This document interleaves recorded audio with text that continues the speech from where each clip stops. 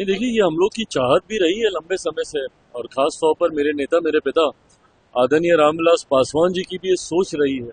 कि जरूरी है देश में एक साथ चुनाव का होना। एक के बाद एक अलग अलग राज्यों में जब चुनाव होते हैं, अभी हम लोगों ने देखा 5-6 महीने पहले ही लोकसभा के चुनाव संपन्न हुए, उसके ठीक बाद हम लोग हरियाणा और जम्मू कश्मीर के चुनाव में व्यस्त हुए, उसके बाद झारखंड और महाराष्ट्र के चुनाव, अब हम लोग दिल्ली के चुनाव की तैयारी कर रहे हैं, इसके बाद बिहार के, फिर असम के। तो हर दूसरे तीसरे महीने जिस तरीके से देश के किसी न किसी राज्य में चुनाव होते हैं, वो न सिर्फ आर्थिक बोझ देश के ऊपर डालने का काम करते हैं, बल्कि जिस तरीके से मशीनरी के डिप्लॉयमेंट को भी लेकर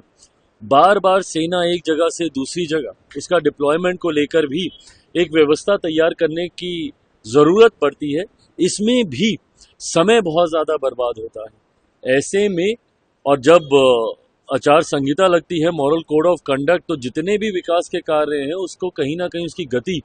रुकती है। ऐसे में देश में एक ही बार चुनाव हो और वो 5 साल तक वो व्यवस्था सुचारू रूप से चलती रहे,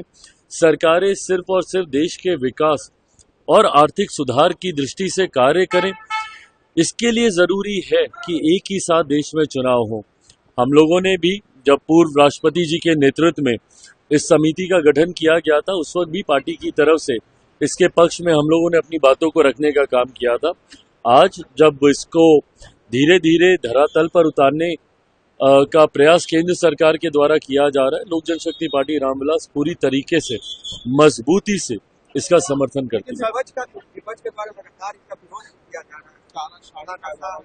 विपक्ष को हर उस फैसले से ऐतराज है जो प्रधानमंत्री नरेंद्र मोदी जी के द्वारा लिया जाता है। मैं चाहता हूं कि विपक्ष इसके मेरिट पे चर्चा करे, बताए कि क्या ऐतराज है, क्यों ये सही नहीं है। एक तरफ जो उन लोगों की बातें हैं कि भाई इससे छोटे दलों को एक साथ चुनाव, आज की तारीख में देश की जनता इतनी जानकार है कि वो 2 राज्यों के चुनावी संघीय ढांचे को बखूबी समझती है। लोकसभा के साथ जिन राज्यों में चुनाव हुए, आंध्रा उसका उदाहरण है, जहां वहां पे लोकसभा के परिणाम कुछ और थे और राज्य के परिणाम वहां पे कुछ और आए। तो ये दर्शाता है कि देश की जनता इस बात को अच्छे से जानती है कि भारत के संघीय ढांचे में किस तरीके से मतदान करना है। विपक्ष चाहे इसके लिए संभवतः हमारी सरकार एक कमेटी का भी गठन करेगी, जेपीसी का भी संभवतः हम लोग गठन करेंगे, वहां पे मेरिट्स को लेके इसके ऊपर चर्चा करें, ना कि सिर्फ इसलिए कि प्रधानमंत्री लेकर आए हैं और हमको विरोध करना है, ये उचित नहीं है।